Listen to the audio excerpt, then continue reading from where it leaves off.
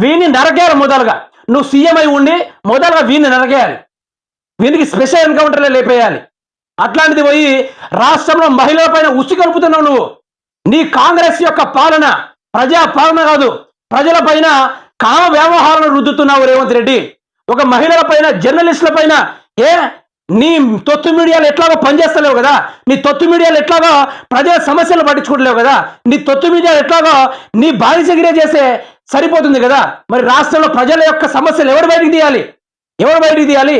ఆ సమస్యని బయటికి తీయడానికి RGTV media, news line media, mirror TV media, Telugu scribe media అని చాలా, యూనిస్ మీడియా, అదేవిధంగా వైఆర్ టీవీ మీడియా, ఇలాంటి చాలా పనిచేస్తూ ఉన్నాయి.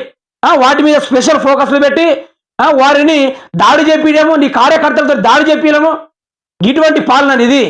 నీ అంత దరిద్ర పాలన, నీచమైన పాలన రాష్ట్రంలో ఎక్కడ చూడలేదు.